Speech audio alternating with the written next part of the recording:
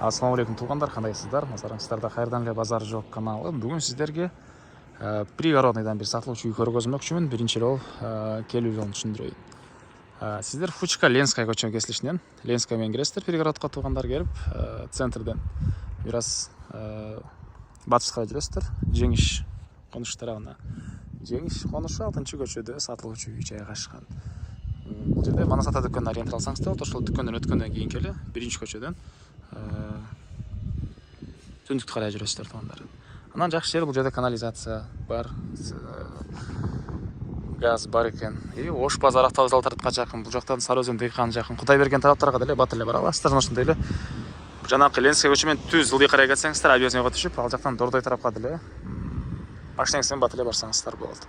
Эми калган маалыматты үйгө жетип берейин. Айта кетчү нерсе, бул жерден 243 маршрутка жана 34 автобус жүрөт туугандар. Мынакей туугандар, келүү жолун түшүндүргөнчү бүгүнкү чыгышта сатылуучу үйгө да жетип келип калдым. Бул Юзүн көчө тараптан көрүнүшү дареги пригородный Жеңиш 6-көчөдө жайгашкан туугандар.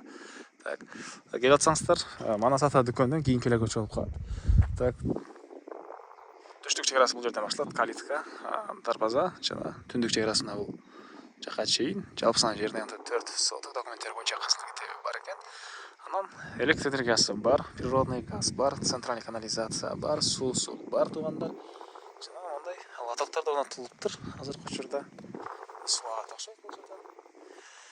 Анан газ менен канализацияны киргизип алуу керек туугандар. Арды киргизип алуу керек. Так, кошуналар райондун көрүнүшү. Видеонун башында айткандай, бат элесиздер. Могу Фучка көчөсү, могу жерден көрүнүп турат. Могу Бишкек деген жазууну билесиздерби? Аска таш. Ошол жер. Сары Өзөн дыйкан, Ош базары, Фучка, автовокзалдарга бат эле бара аласыздар. Бул жактан Мидин көчө менен Щербакова тарап менен чыксаңыздар, Баят базар тараптан эле бат эле барсаңыздар болот. Түз түшүп Дордой базарында жумушуңуздар болсо, Объездный менен Дордой тарапка деле кетсеңиздер ыңгайлуу эле туугандар. Анан көчө тараптан мындай бош жерлер бар экен. Бул 4 сотоктон сырткары кичине бир кошуналар сыяктуу бак, бир нерсе отургузуп койсоңуздар болгудай көрүнөт. Андан ары калиткага киребиз. Киргенде бул жакта туугандар оңго 8 болгон үй стенасы саман, кирпич, бышпаган саман менен болгон кирпич. Так, мынакей. Анан арттарында дагы бош жери, азыр көргөзөм бир жекеден.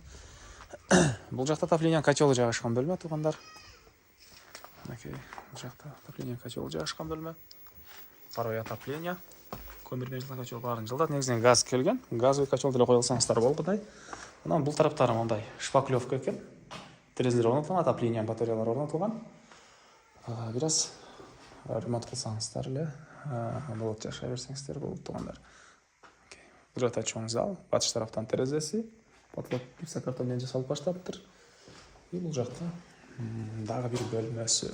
Мынакей түштүк тарабынан терезе, көрүп тургансыздардай ремонт шпаклевкалар болгон. Негизинен улай кирпичтен салынган үйдү билесиздер.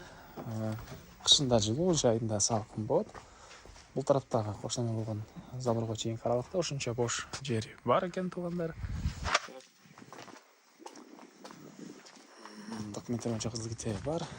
Мектеп, садик, мечет жана 243 жана 34 автобус менен бир аз ары карай жүрсөңүздөр 224 маршрутка дагы туугандар жүрөт. Түндүк чек ара бул жактан, бул жерде жүзүм бактары. Бул жакта мынакей дагы кенен ошончо бош жери. Кааласаңыздар төрүнөн дагы үй сала аласыздарбы, же хозпостройкалар салып жер жемиш экесиздерби? Кыскасы мына ушунча дагы бош жери бар туугандар. Сыртка жаткана, летний душ бул жагында. Так, дагы эмне бар? Баасы бул үйдүн $35,000 сурап атыптыр. Анан дагы сүйлөшүү болот туугандар. Негизинен участок эле өзү туугандар $30,000 болоттур бул районда.